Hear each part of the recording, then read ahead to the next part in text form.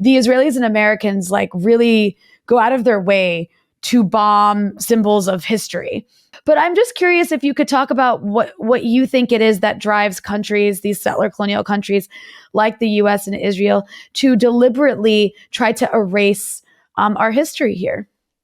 What they want to show is there was nothing here. That's always their argument. We built something on the desert. They're trying to destroy everything that existed there before to almost reinforce the point. And if they did win, to say civilization started when Israel started, right? That's what they want to say. And a similar thing with America.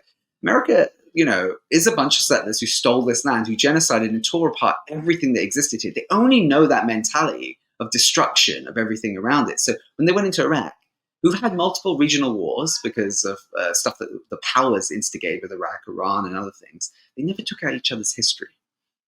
It was very deliberate. If there was fighting, if there was wars, whether it was instigated by the West or domestically, they were always protective of their history and their culture.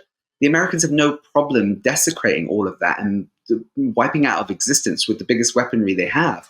Because what they're trying to say is America is civilized. We started civilization. This is like a mental illness where they want to believe, Israelis and Americans want to believe that if they wipe it all out, they can state that they started these things.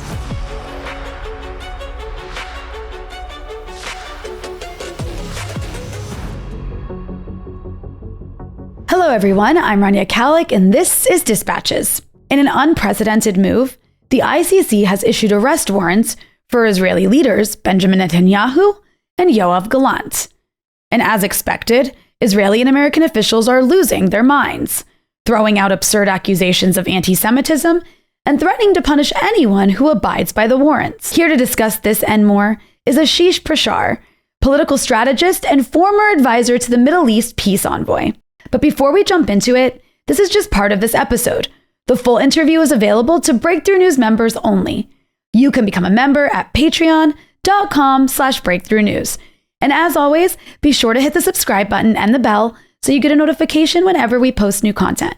And if you appreciate this show, you can also donate below on YouTube. Ashish, welcome to the show. Thank you for having me. So there's tons to talk about with this latest ICC arrest warrant against Netanyahu and Gallant. Also, we're going to discuss some other things, including, I wanted to talk to you a bit about the UN, about the peace process, about what this incoming Trump administration means moving forward. But I think obviously what people have a lot of questions now that the International Criminal Court has actually issued arrest warrants. I think it took a lot of people by surprise, in fact, because as we know, this is an institution that's typically been weaponized, the West's attempt to weaponize it against their political enemies in various countries, like Russia or some dictator they don't like in the Middle East or Africa. So this is one of the first times we see it being used against a Western allied country. So there's a lot of significance to this arrest warrant. And I guess before I get into the sort of more detailed questions I have for you, can you give me your general assessment of the significance of these arrest warrants?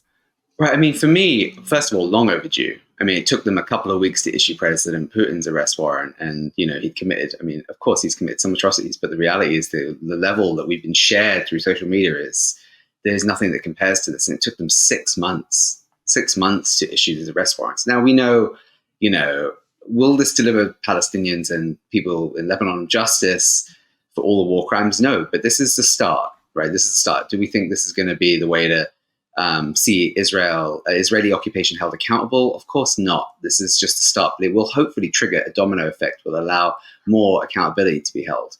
But for me, the arrest warrants also effectively put a crack in this Western wall of impunity around this genocidal apartheid regime, right? And you're already seeing the dissent between Netanyahu and European leaders who've said they will make an arrest. And I think only this morning there was leaks of President Biden's call with Macron saying, "Why are you announcing you're going to arrest him?" And Macron already pushing back things to the Justice Department. So you're seeing those cracks appear that these arrest warrants allow for. And I think the other significance of this, and I think you touched on it, the International Criminal Court was set up to go after, quote unquote, African dictators, is what the Israelis said, and Russia. That's literally what it was set up to go for. It was never really set up. And, the people will point to the genocide that Serbia committed in Bosnia. But the reality there was there was just no choice for the ICC at that point, right? They literally had another genocide happen on European soil that eventually NATO intervened in for that arrest to be made. But in essence, the historical cases have always been Africans, always African leaders. So, of course, Netanyahu and Gallant are going to say it's anti-Semitic, all the tropes that you've heard. By the way, if you've not been called anti-Semitic right now, you're not doing your job to hold them accountable for genocide. I feel like they've lost all meaning of that word with this. But the interesting thing for me is 3 things have come from this, right? Firstly, we all know the International Criminal Court's judges have been under severe international pressure led by the United States, the UK, and other European partners. And threats, frankly, have been made to those judges to not issue these warrants, and they still did it. It shows you that evidence is mounting day by day that we already see, but they cannot turn a blind eye to this. The second thing is it's going to cause a wedge between the US and Europe. Again, you're already seeing it with Macron and Biden. I expect most European leaders and anyone in the 124 countries will honor these arrest warrants if they still believe in international law in any case. And also politically, maybe it's a way to blame somebody and not a country, right? So for them, it's like an easy way out. The US just doesn't want any impunity for the Israeli occupation. So it's going to drive a little wedge there.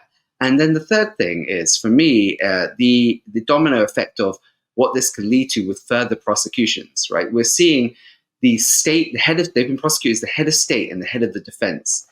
That means everyone who serves under them has also committed war crimes.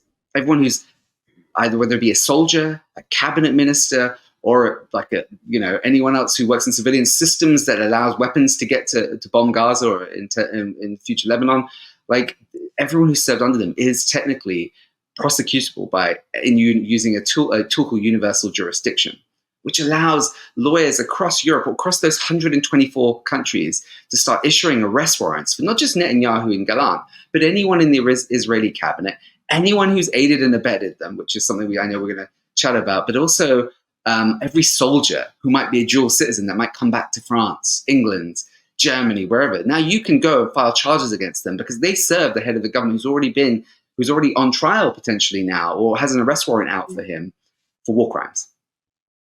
I mean, that would be an incredible precedent to set as well with regard to the Israelis. I'm also curious if you could respond to the idea that I've seen some people floating, which is, okay, if they've managed to issue these warrants for people like Benjamin Netanyahu and Yoav Gallant, then what about those who are complicit with them in other countries?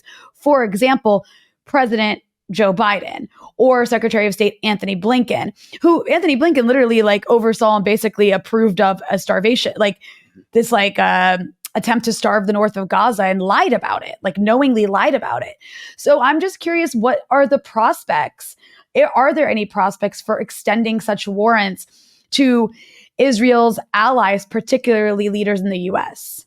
Right. So the interesting thing is the Israelis themselves said they could not continue this offensive on Gaza, this genocide on Gaza, or their attacks on Lebanon without the support of the United States. I think some Israeli generals have been on the record within Haaretz to say they would be out of, shows you the level of weaponry they're using. They would be out of arms in a couple of weeks if they continued the level of bombing they're continuing.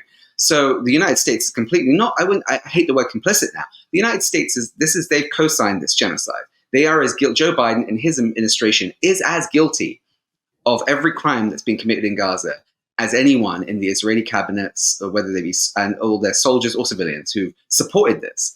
They have actually provided the tools, the political cover, everything. It doesn't just stop there. I mean, Keir Starmer, and who famously said that it's Israel's right to stop food and water at the beginning of all of this, and other European leaders like the Germans, frankly, who are the second biggest arms supplier of Israel right now, providing all the ammo that tanks and personnel need on the ground to commit these massacres. I mean, these people are all guilty of war crimes. Yes, the interesting thing for me is I know international lawyers are always hesitant to use universal jurisdiction in their territory to make an arrest.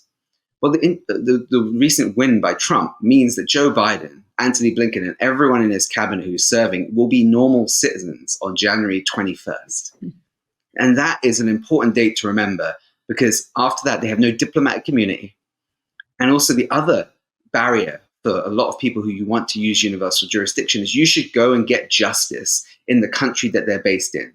Now, of course, we saw the CCR case, which said they can't do that. which they said it's up to Congress to hold the president accountable for this. But secondly, something good happened. And I know most Americans don't see this as a good ruling, but this is a good ruling for universal jurisdiction and international law. The Supreme Court ruled that the president could not be any action they take in office, they couldn't be held accountable for it in America. Brilliant. So every European or other country's judge can't point to going to get justice in America as their excuse to going after these individuals. Now, if someone brings a case against Joe Biden, whether it be in Norway, France, or Ireland, those judges have very little way out now. They also have both the South Africa case, which we expect to rule a genocide anyway at some point this year, and the ICC arrest warrants to point to as why these individuals should be held justice wherever they are in the world. And the reality is, maybe Biden will kick it and won't be around long, but there's a whole cabinet and a whole staff, a whole State Department, a whole White House staff who've all aided and abetted this. If you say to me, "Oh, I was just following orders," doesn't that sound like Nazi Gallant at Auschwitz saying I was just following my job? Because historically, we have had European leaders resign over illegal wars and atrocities. I remember Robin Cook, who was the British Foreign Secretary, who resigned when Tony Blair took us into the illegal war in Iraq. People can leave and give up everything they have to leave, because that's more important to them than the atrocities and the genocide that's taking place. Anyone who says they were following orders, you should be watching out now, because on the 21st of January, you are not protected by any form of diplomatic community. And lawyers, international lawyers, I expect to start filing cases in countries where these people might end up going for holiday, for other jobs, or anything else they want to do in the future. Yeah, I mean, you would hope so. And I guess we'll have to wait and see how that plays out. But I also wanted to ask you to maybe elaborate on something you touched on, which is how this might impact certain relationships. Let's start with Israel's relationship with European countries, right? Because you do have many European countries coming forward and saying that if the Israelis, if these two leaders, Yoav, Gallant, or Netanyahu do come on their territory, they will in fact arrest them. We got a bit of a wishy-washy response from Germany, but other countries have come out and said that they will go by these warrants because, the Europeans are very much in favor of abiding by the sort of bureaucracies that, they claim to love so much. So I guess on that, could you talk a bit about that aspect of it and how that's impacting and could further impact Israel's relationship with European countries? And here I'm talking about, could this expand to impacting economic ties with Israel if these two people stay, well, I guess not Yoav Gallant, but if Netanyahu stays in a leadership position? Or for example, weapons sales, because are you going to keep selling weapons to Netanyahu if there's an ICC arrest warrant out for him? Basically, is there any legislation tied to or inside the EU that would impact the things I just mentioned?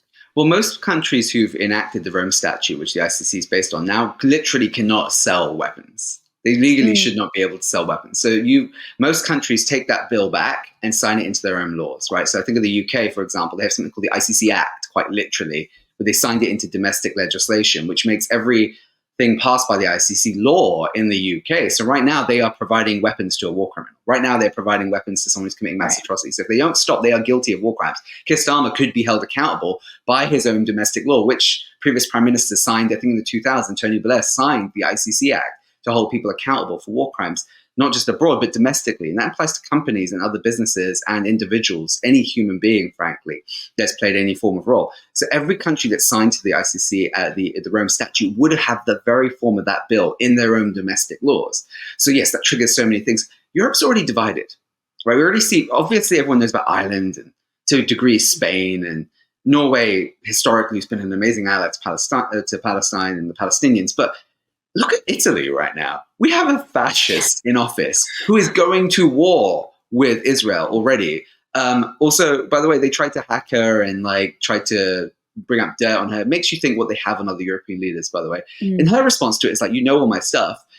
She basically put in an arms embargo. She already did an arms embargo. She's the most fascist leader that we visibly talk about in the EU. There are others who do it quietly, but she's public about it, and yet she has an arms embargo. Do you know why? She's a populist. Do you know why her public do see war crimes and they want them answered for? She knows if she wants to retain power, she will have to force Israel into this arms embargo, but also potentially now economic sanctions against them.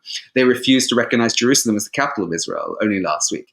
Italy is taking a leading role. So you're already seeing that divide between maybe a few southern European countries, Ireland, and what I'd call like the Anglo-Dutch German contingent in the EU. This is only going to further push that divide, right? This is only going to. The UK is already operating like its own island. It kind of basically follows whatever the United States does, and they reluctantly said they would make an arrest. And it would be interesting to see if that actually occurs, because obviously these individuals have to fly over Europe to get to America regardless, right? So it does make you think whether they will actually execute these warrants.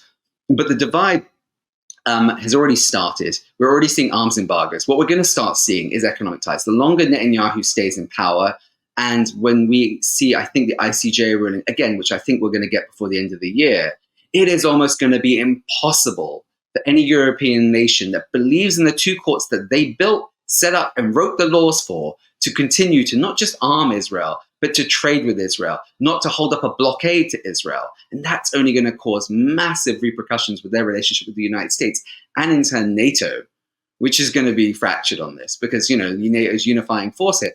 And the other one I want to talk about is Turkey, which, plays a role, right? It's a NATO member, it's a European Union member. It speaks pro-Palestinian, but there are still Turkish goods going to Israel. What we will need to make sure is Turkey holds up the ICC Act that they signed. Now that there is a war criminal charged for war crimes, for starvation, Turkey has to stop selling not just arms, but other forms of whatever other supplies they're providing the Israeli regime right now. And, these are all these countries, once this sinks in the next week or two, are going to have to, they're going to start answering to their public. You're already seeing it. Yeah. And then, of course, there's the fact that U.S. officials have come out, and they were doing this before, but they're threatening to sanction the ICC. And I think at some point, Joe Biden kind of said, or his administration alluded to the fact that if there were arrest warrants put out, they would in fact go through with sanctions on the ICC. What would that even entail? And do you see something like that? I mean, if Trump is going to be president, that's, maybe it would have happened under Biden too, but like you do see figures in the Republican Party being the most adamant about wanting to sanction the ICC. So what would that even mean? And how might that impact the relationship between the US and Europe? Well, I expect them to sanction ICC officials. I think the ICC officials that have put this have approved the arrest warrants.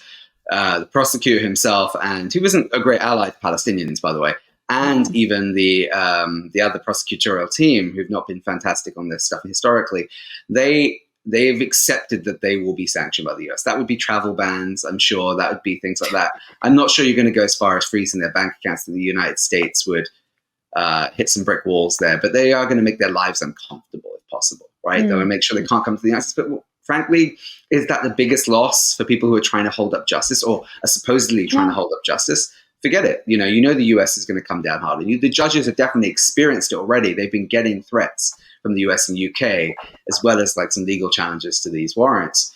But, they've kind of gone to the point where they're like, under all that pressure, they've issued the arrest warrants. They know what's coming their direction. They've accepted that. That's why it also took 6 months. Not just the UK application to delay this, the threats. They've probably pondered that, weighed it up, and accepted that that's what's going to happen. They're already trying to undo Kareem Khan. You've seen the scandals about his potentially having an inappropriate relationship or sexually harassing someone. It's funny how that seems to be the consistent theme with every Western leader or any official that tries to go after Israel. Maybe there should be less men in these roles who are vulnerable to this, that Israel can hold account. Israel threatens with these stupid honey traps. But the reality is, yes, he's got something there. So what? It doesn't mean he shouldn't be prosecuting a genocide. He should be held accountable for those acts if they did it or did not occur one day. But right now, there's a genocide taking place, and the two people he's issued arrest warrants with should be held accountable for those actions, regardless of Kareem Khan's personal affairs in his office. Now, the threats by Lindsey Graham and other U.S. senators, I think the other famous one is the Arkansas one. I forget his name all the time. I should remember it because he talks so much. But I think Europe needs to understand how America really sees it. It's just they're just America's battle to do stuff. Yeah. They're just America's supposed allies, and not really. When it push comes to shove, America will bully you the way it bullies South American, Asian, African countries. It doesn't really matter. You're seeing what America for all it is. Sorry, I need to try. No, keep going. Yeah, so I think Europe needs to wake up to the fact that this is not just a Trump thing. This is a Biden thing. This is consistent with all American governments. The reason there's only been one occurrence where I've seen European governments stand up to America, and that was really Iraq. Forget the UK for a second, but the French really made a point of like, this is illegal. We are not going in. And while, I don't know if they did that for any real, humanitarian reasons beyond like, making sure they didn't commit troops to something. It did take a stand, and it did fracture that relationship once upon a time. And I believe that America's rhetoric is going to test the European relationship with this administration right now, but also with the future administration with Donald Trump, who cares less about these international relationships, frankly, with European nations as supposedly the Democrats do, who keep saying it's about keeping international order, solidarity with our fellow brothers and sisters. But they're pushing them to the brink right now already. And like I said, at the top of this, we've already got a call between Macron and Biden, where Biden is complaining to Macron because he said, basically, I'm going to do what international law requires me to do, which is arrest people who have been charged with war crimes. So I just wanted to throw out there that it is Tom Cotton. That's the guy. who's the senator from Arkansas, who's like one of the most insane people ever. And I know you already mentioned Lindsey Graham, but I really do believe it's worth showing this clip of Lindsey Graham threatening America's allies. So I'm just going to go ahead and play this.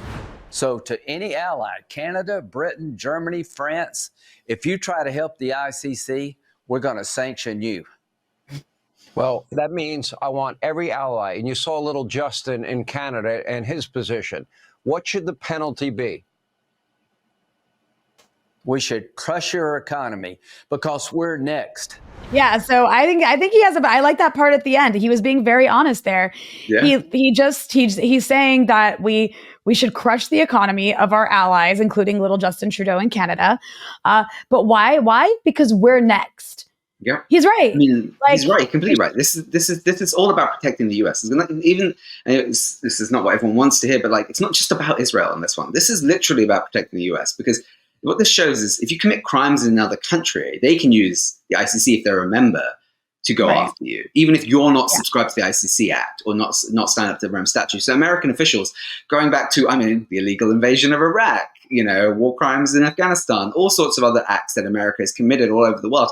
I don't know, just trying to overthrow Libya, and all the war crimes they committed there. There is so many ways to go after the United States after this, using the Rome Statute in its current form, but also using the ICC if it does deliver justice here and puts Netanyahu behind bars one day, or even just has them arrested. There is no bounds to why we couldn't go after any other human being who's committed war crimes. And I think a lot of people are looking at that when they see these arrest warrants. They're asking why George Bush and Tony Blair can't be retrospectively, warrants can't put retrospectively out for them now for their acts, their atrocities, now that we know the full picture of Iraq. Remember, they didn't have the live streaming that we have today. They didn't have the real-time news that we have today of all the atrocities. And Tom Cotton's a great example of that, by the way. This man was like, I went there to go search for weapons of mass destruction. All the pictures of him are stealing gold, taking gold. Like literally the most famous pictures of Tom Cotton are him with Saddam's gold reserves. And a lot of gold went missing. So let's just be honest about this, right? It was never about that. It was about raping Iraq's wealth as well. So these individuals, including people like Cotton, should be held accountable for this. And they're only protecting the United States when they're threatening their allies. Now, here's the thing, right? America can't defund everyone. These are like a little bit of a vapid threats. America has never been more vulnerable on the international stage as well. We see the formation of Brics. There's lots of stuff there that's still not perfect.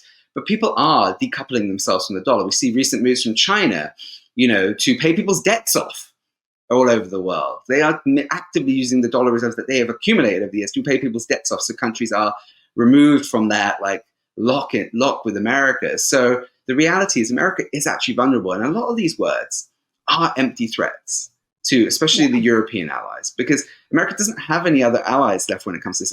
It removed all credibility through this. Like Biden, although he feels the same at Bush at this point, Biden, Blinken have basically burned all international relations with this. They have gaslit the world. The world has been calling them, even other leaders, to stop the starvation policy at the very least. Maybe not even all the atrocities, because the Europeans can't stomach that, but they've literally said you cannot keep doing this. And yet they continue it and they don't care. The Europeans will do nothing about it. They know that. But now the idea that they'd sanction half of Europe and Canada, their major allies in the world, and their NATO members, you effectively are doing what we talked about at the beginning of this, which is creating that domino effect that could lead to the collapse of something like NATO, which America does need. If you have a conscience, it's unbearable to be plugged into the corporate media machine right now. These outlets are accomplices in genocide, running cover for the war machine. Breakthrough has become the go-to outlet for those who want something different. But the funds we've used to start this platform are starting to run out. We'd never dream of turning to mainstream corporate funding. So we're turning to you. Become a patron. For as little as $5 a month, you can become an essential part of our fight to not just break through the mainstream media, but create something that can challenge it. We have to become completely viewer supported, or this platform we've built could go away. Don't just watch us, join us. Yeah. Well, I also wanted to ask you, I mean, okay, so they also issued arrest warrants for some Hamas leaders. And I mean, it's obvious why they would do that, maybe, I guess. But it just, to me, it's like, this is such an obvious genocide. And we're still playing this game of trying to like equate these two things. And that's often what happens in these international institutions. If any Israelis are ever almost held accountable or symbolically held accountable, it always has to be in conjunction with basically putting their victims at the same level as them. Like, it's like, oh yeah, like Netanyahu and Gallant have committed war crimes just as these Hamas guys have. And it's like, it's really not anywhere close to the same thing. And it's actually, you could actually argue about what war crimes or whether certain war crimes were committed in the first place on the Palestinian side. But all that's to say, what I'd like to ask you from there is, you know, you did work as an advisor to the Middle East peace envoy. So can you explain why that constantly happens? I mean, maybe it just seems obvious without explaining, but I think it's worth hearing like why it is that we always have to, like, if we get any measure of anything against the Israelis, it also has to be in conjunction with this other thing. Yeah, I mean, the interesting thing for me is, like I said to you at the beginning, Karim Khan's never been a friend to the Palestinians. So in a way, he was playing a political game. When he announced these arrest warrants, he knew he would, or when he announced the application for arrest warrant 6 months ago, he knew he would get blowback for going after the Israelis politically, right? Societally, most people think this is, like you said, it's a genocide, like deal with it. Like you should be arresting them and many other people in the Israeli cabinet. But to play America off and some European leaders who've been staunch allies of Israel on this, he tried to like muddy the water, add in Hamas leaders, right? To say, well, I'm going after everyone I believe that has committed any atrocity in this current conflict. Now, it's just him trying to save his own political neck.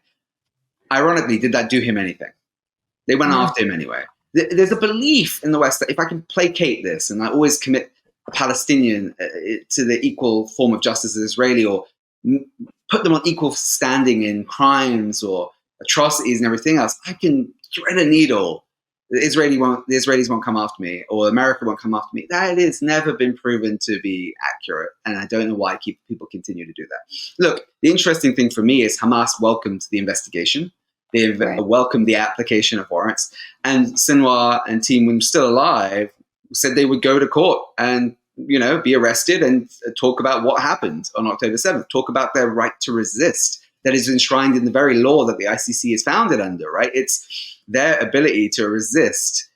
Israel doesn't have this sacred right to defend itself from a people it occupies. Everybody knows that. Anyone who's ever touched international, people who don't even know anything about international law know that to be true right now. If you occupy people, you do not literally have the right to resist. And the Palestinians have every right to break away for freedom as any other else who's ever been occupied.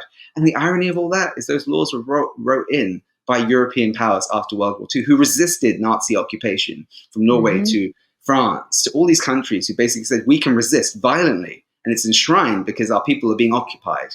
Now, he just played a political game. He's clearly losing that political game. He still issued the warrants against DF, even though, like, obviously can't do Sinwar and Hania because they've both been assassinated, or in Sinwar's case, martyred, because, I can't believe the Israelis even released that video, given the effectively, I can't even, the legend they have created off the back of that. So he's issued the warrants against death. If he could get out of Gaza, I'm sure he would go to court. I'm sure he would go, because actually he's asked for that. So they could talk about what the atrocities, they could talk about what happened in October, talk about the preemptive strike that October 7th was, that they've talked about several times. I think Hamas have less of an issue with these warrants than the Israelis, because they can explain their resistance, where Israelis can't explain their war crimes. Right. That's a really good way to put that. So I want to shift a bit here and talk to you about the UN. And you and I were talking a few weeks ago, and you mentioned to me that the UN General Assembly actually has some things they could do that they're not doing. So can you explain what it is that the US General Assembly could do that they're not doing, and what is stopping them? And of course, I'm talking about in the case of Gaza.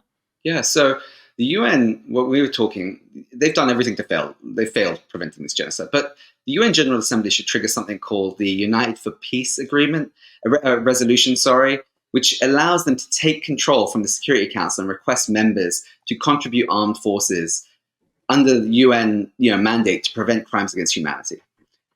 This resolution has already actually been used historically, and most notably the Korean War, where it was a Soviet-American war, right? So you've got this war going on that effectively the two powers on the Security Council are contributing to, and the General Assembly enacted this to actually prevent that continuing, right? It is not inconceivable in this case for this to come in place and take the Security Council's powers away to fulfill the UN's core mandate. There is nothing blocking them. One member has to put this up for vote. Practically the entire world is against Israel, the Israeli occupation's atrocities, its genocidal crimes. The whole planet cannot be bullied into accepting this genocide, essentially by effectively the US, Germany, and the UK right now. This would take all power away from the Security Council. This will allow, by the way, the troops are already there. People always ask me, like, why can't we send troops, or why can't we volunteer to go there? The UN has a lot of troops that have been volunteered by many countries. I think some are even based in Lebanon, obviously, right now, who would totally do this mission. There are troops out there who want to do this mission to prevent war crimes. They don't sign up to the, not all of them sign up to be in the Peace Corps, the UN Peace Corps for no reason. They want to go and ensure that people have, like, their one right. No state has the right to exist. People have the right to exist. And a lot of those UN soldiers that sign up want to make sure people have the right to exist. And the troops are there. It's whether the UN can just, whether the UN will send them, and it will require one member to put this up for vote. Because I can't believe, for all the life of me, that suddenly the 170 odd countries that votes in favor of every Palestinian thing will suddenly flip its switch and say, no, we're not going to do this. No, we're not going to do this. And you would have your own, effectively, Cuban Missile Crisis Amendment, right? If you voted this through and UN troops are sailing there or getting there by plane, is Israel going to shoot them out of the sky? Or their boat? Yeah. Maybe, but the United States would have a lot to answer for if they allow that to happen right now, because they would, you could argue, US troops could be sent, Canadian troops can, and I'll put this in context, right? There was a US and Canadian soldier and a British soldier who was in the World Central Kitchen convoy when it was bombed, and we did not hold Israel accountable for that, even though they admitted to effectively targeting the World Central Kitchen. But if you sent like hundreds, if not thousands of UN troops and Israel attacked them, at this point, it's over. International law doesn't exist. The US supports Israel continually after that. Not just that, I mean, you're basically setting the stage for what could be a real global problem and a war. I mean, I just don't see it. Like, if you sent thousands of UN troops legally under the UN's rules, and Israel still is a member of the UN, even though it should have been kicked out a long time ago, they have to follow those rules. And the reality is that if they bombed those troops on the way to Gaza or on the way to Palestine, you're setting the scene for what could be a global catastrophe. Yeah, absolutely. Okay, so to move on from the issue of the UN, I then want to move to the fact that we have an incoming Trump administration. We actually talked to you recently about a lot of the different officials that have being appointed. I recommend people go check that out at Breakthrough News. We had you on the freedom side. What I want to ask you about here is the fact that Trump does plan to let Israel annex the West Bank. That was a promise he made to Miriam Adelson for that $100 million the Trump campaign got from her. And I think she also helped raise other money for him. So I'm curious, what might the consequences of a West Bank annexation approved by the U.S. be for this idea of a two-state solution? I mean, you and I know very well that the two-state solution has been dead for a long time, but this is the main talking point trotted out by everybody in the world, and that basically gives cover to further settlement expansion. So if you allow Israel to annex the West Bank, you essentially have put the nail in the coffin of the two-state solution. So if that happens, what might the consequences be, not just on the idea of two states, but the European relationship with Israel, the European relationship with the U.S., because we know how much the Europeans are so invested in the idea of two states. And I mean, I'm asking you a million questions here, so please feel free to touch on all of these things, but how might that affect the peace industry going forward, for example? Or what might it mean for the Palestinian Authority or Palestinians in Gaza and the West Bank moving forward? Well, effectively, I think you hit the nail. Two states are officially politically dead. I mean, it's been politically dead for visually dead, should I just say. If he says we're annexing the West Bank, which I believe he will do, he's only doing what's already been the U.S. policy since Obama, right? I mean, like Obama tried to say a few amazing things towards the end of his term, but he wasn't exactly particularly good at stopping the settlements. I actually think Bush is the last president that's been pretty tough on Israel on this, which says a lot. Biden and Trump themselves, the settlement expansions have skyrocketed under both of them. I mean, frankly, Biden wouldn't have sanctioned 3, 4, whatever it was, 5 illegal settlers if people weren't looking at Gaza. It was a way for the US to say, look, we're doing something, even though it has nothing to do with Gaza. And everything to do with Gaza at the same time. But it was their way of saying, we're trying to protect Palestinians. When those settlements have been expanding for all his term, and he's touched, him and Blinken have done nothing. If not, they've actually continued to support the expansion. They never revoked the Jerusalem embassy.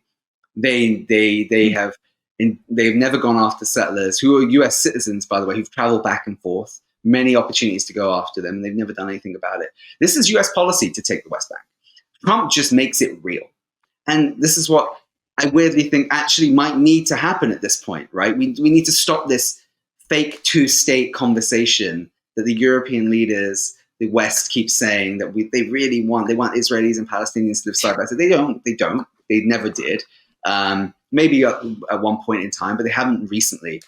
And the United States, by doing this, is going to cause a massive set of dominoes to fall. Firstly, to your point about NATO members and EU members, the EU cannot at all hold any credibility on this issue after that. If they don't condemn it, if they don't then sanction Israel and actually try and withhold that land for Palestinians, they've lost all credibility in this issue. And I actually think they would go toe-to-toe with the US on this, because they'd be so frightened to see what it means for them domestically, also politically, because they've managed to pander that off to people to say we care about Palestinians and we're going to deliver that second state for them.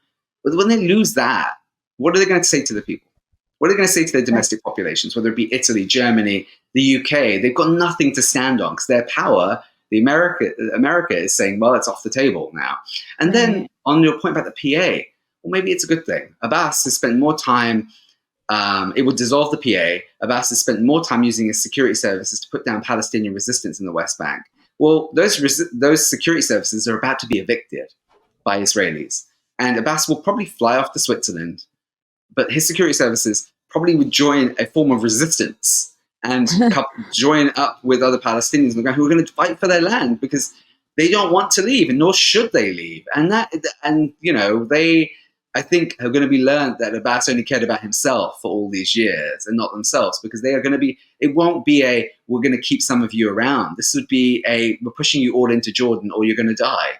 That would be the policy if Trump annexes it, and it will be up to them to choose to resist or die. And I think a lot of them will choose to resist. So I think there's lots of dominoes that Trump will, in fact, topple the minute he does this. And some of it is good. I think it might even cause a fracture in NATO. This then becomes like, will Israel, if it will be effectively a war on all sides at that point, right? So a war that they cause, a war that they are leading against Palestinians in Gaza, obviously now the West Bank, Lebanon. Would nations who supposedly support Palestine, like Turkey, Spain, let NATO help Israel? Like, they're not going to let NATO help Israel, which would cause a massive fracture, because NATO need all of them to agree to move forward to help anyone. And if Israel is like getting crushed, which I believe it will do, look, they've thought they could go into Lebanon and take Lebanon pretty easily. And Hezbollah has sent them packing, I think, hitting Tel Aviv so much yesterday that people are leaving in their droves. I think Ilan Pappé said 500,000 settlers have already left since the beginning of this. And they expect loads more because they don't belong on the land. And they would rather have their coffee in Manhattan or London than deal with what their leaders and what they actually believe in, frankly. And I don't think NATO could send all its troops to help. You might get one or two break-off nations, like the UK, But like you're causing, by annexing the West Bank, you're causing, I think, a full regional conflict, probably the breakup of the North Atlantic Treaty Organization, and a dissolve of a lot of diplomatic relations that I think the U.S. hegemony has relied on to pretend they always have a coalition whenever they do all these interventions globally. And I only think about my time at the envoy's office, right? The envoy was set up by a quartet of organizations, the EU, the UN, Russia, and the US. And the US always relied on the UN and the EU being on side for everything, even though Russia was part of this. So the envoy could do what the US wanted it to do, right? And if it starts breaking up these things, the US doesn't have a right to have a seat at the table after this. Let's just take a step back. Given how they've aided and abetted this, given how Trump will probably annex this, if there is ever a settlement, if there is ever a settlement where people coexist, which, I honestly don't know how you coexist with war criminals like the Israeli occupation at this point. Probably better for them to all leave. But if there is a settlement, the US can't be the mediator. No. There is no way. You're going to have a Biden administration that committed a genocide and a Trump administration that probably will annex the West Bank. The US has to sit on the Israeli side of the table. There is no way it can be the mediator of this. You're opening the doors to a new world with this annexation. And that, given it's already happening, does it matter that he verbally does it? Does it matter that he, does what we already know if you're from the Middle East or any connection to this work? Is it happening right now? Does it really matter? And I'll tell you this, when you look at what has been going on with the settlements, the famous hilltop youth that are committing atrocities in the West Bank, they always position their settlements what they would call a military strategic points, right? The top of mountains, the top of hills. Human beings who live on their land, people always ask, why don't Palestinians do that? Those towns have existed, cities have existed in the West Bank for centuries. They built them for communities, not war.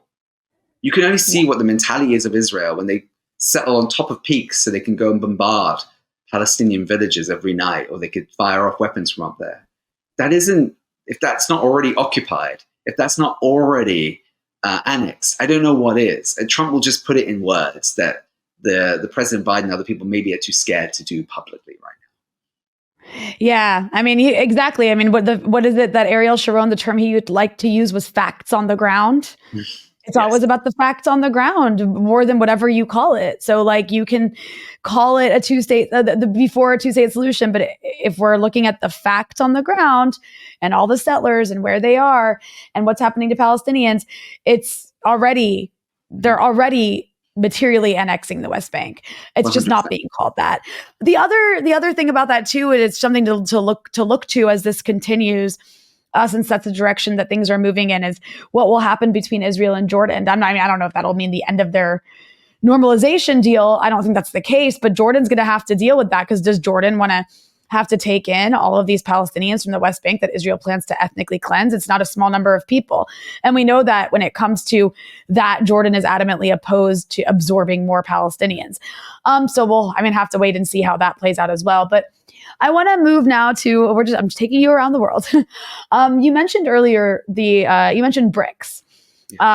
There's a lot of hype, or there's been a lot of hype about Brics, that it would be this like major counterweight to US hegemony. And I'm not saying it's not or it won't be, but I do think it's worth asking why Brics perhaps hasn't been as useful in this context as people hoped it might be, particularly at this point in time as we see the US leading the most depraved genocide we've seen in our lifetimes, with no one really willing to stand up to stop it in any significant way, or even in small ways, really.